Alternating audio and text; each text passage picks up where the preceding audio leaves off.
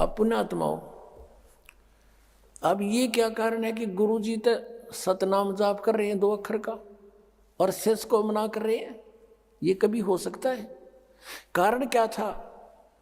क्योंकि ये पक्के भगत थे परमात्मा के, इन्होंने भगवान से ये था जगत नहीं, और जगत के हित में था कि ये अब उस समय इसको गुप्त रखा जाता, ये हमारी भलाई में था। नीते काल के दूत ये राधा स्वामी पंथर, धन सतगुरु पंथर, ये जय गुरुदेव पंथर, ये दूसरे तो बाल योगेश्वर वाले, सतपाल वाले, हंसादेश वाले, निरंकारी, ये गुरु ग्रंथ साहिब को पढ़ते ही थे, इसमें से नाम भी लेकर ये देने लग जाते, अधिकारी ये थे नहीं। और आज हम कैसे भिन्नता बताते कि इनके पास बीज नहीं है मोक्ष का, आम का बीज नहीं। सभी पंथों संतों के पास ये बबूल भी काबली बुआ रहे तुम्हारे से, जिनका कोई यूज नहीं। काबली की कर बुआ रखी है, वो बीज दे रखे, वो मंत्र जाप दे रखे हैं, हठ योग बता रखा है, यूजलेस है वो। ये तो कंसेप्ट क्लियर हो गया कि नानक साहिब जी ये सतनाम जाप कराया करते थे। ये है 2 अक्षर का जाप, और कभी इन्होंने डिस्क्लोज नहीं किया। और देखा कि ये जानबूझ कर ये दिखाना चाहते थे कि मैं ये जाप कर रहा हूँ, और आज के लिए ये एक प्रमाण प्रूफ एफिडेविट बन गया कि नानक जी ये जाप करते थे। इसलिए उन्होंने बोलकर सुना दिया, और उनको मालूम था जानी जान हो जाते हैं भगवान से परिचित महापुरुष, केविन में से कोई सा नकल भी करेगा मेरी, इसको रिजल्ट भी झटका भी दे दिया, लगा गोते खान, डूब गया होता, मर गया होता। फिर कहा कि नहीं, तू वही जो मैंने कहा ऐसे वही जाप कर, इसको मत जपना।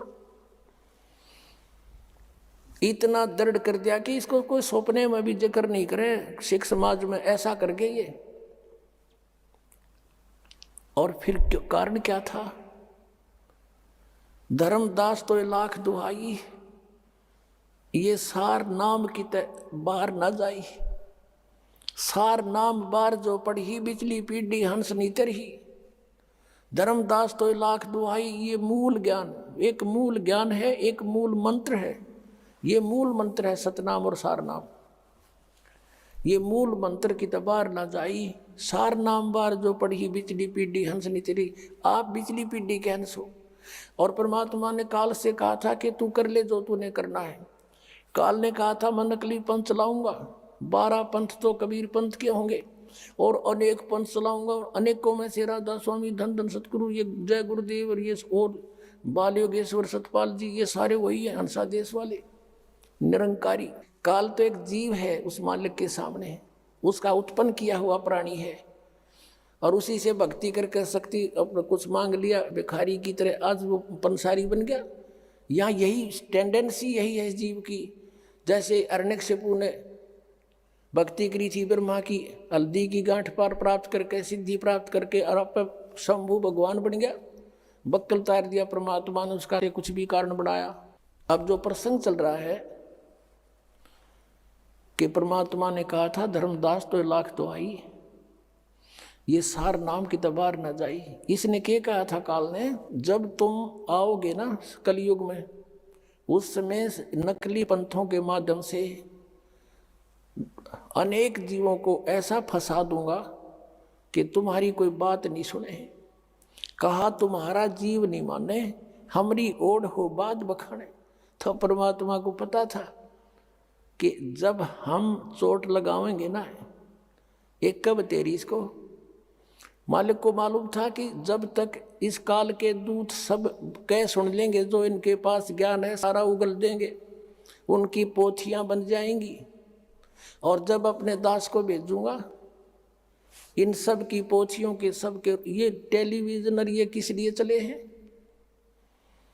ये मानव सतर की अन्वेषण नहीं है, मानव सतर के दिमाग की खोज नहीं है। इंटरनेट ये सब चैनल वगैरह बनवा दिए, ये परमेश्वर ने बनवाए, कबीर जी ने माइंड दिया इनको। क्योंकि अभी तक क्या होता रहा, शास्त्रार्थ होते थे, 2 व्यक्ति बैठ जाते थे, वो अपनी बोलता था, वो अपनी कह देता था, जो ज्यादा स्पीड से बोल जाता वो विजयी हो जाता था, श्रोता उसका निर्णय करते थे।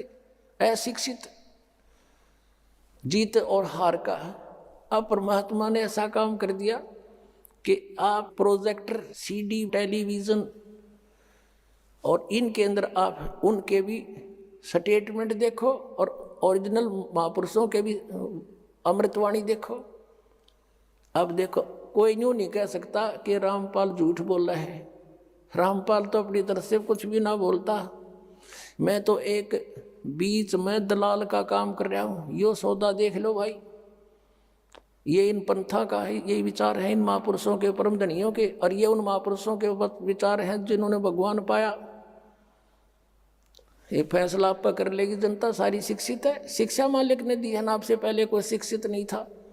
4 युग बीत गए थे, एक वर्ग ही पढ़ा करता, बाकी अपना धंधा कराया करते थे। ये सारी लीला मालिक की थी कि अब इन्होंने जो कुछ कहना सुनना सारी कह लेंगे, इनकी पूछ तो क्यों बढ़ जाएंगी, और फिर अपनी प्यारी आत्माओं के सामने इन काल के दूतों की स्टेटमेंट ओरिजिनल महापुरुषों की अमर वाणी से तोल देंगे। अपने आप पता लग जाएगा असली और नकली का। अब देखो, गुरु नानक साहिब जी ने कितना झटका दे दिया कि खबरदार जो नाम जाप कर लिया था, क्योंकि भगवान की आज्ञा का उल्लंघन हो जाता और हमारा नाश हो जाता। अब सिख समाज कहाँ गया? अभी वही जन्म होते हुए आ रहे उन पुण्यात्माओं के। अब इनके सामने सच्चाई आओगी, ये को पीछे रहेंगे, ये भी नाम लेंगे, अपना मोक्ष कराएंगे। सभी जीव आत्मा एक परमात्मा की, कबीर जी की है हम।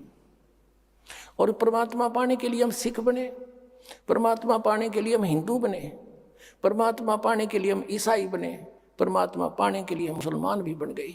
लेकिन मिले कैसे? अब फिर हम वही बनेंगे जिससे भगवान मिलेगा, हम फिर एक होंगे। अब देख लेना, अब नानक साहिब जी ने वाणी में लिखे थे ये मंत्र, लेकिन जो वाणी के बाद में संग्रह किया गया गुरु ग्रंथ साहिब के रूप में, उसमें से वो वाणी निकाल दी गई जिसमें ये दोनों मंत्र कति क्लियर लिखे हुए।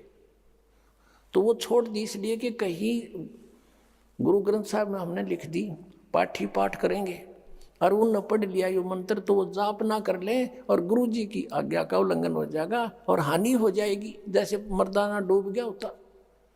इसलिए उन्होंने उनको छोड़ दिया। वो वाणी फिर किसी महापुरुष के माध्यम से परमात्मा ने फिर रजाकरी प्रमाण के लिए अलग से एक पुस्तक में प्राण संग्रही के रूप में लिखवा दी। उसमें विद्वान आप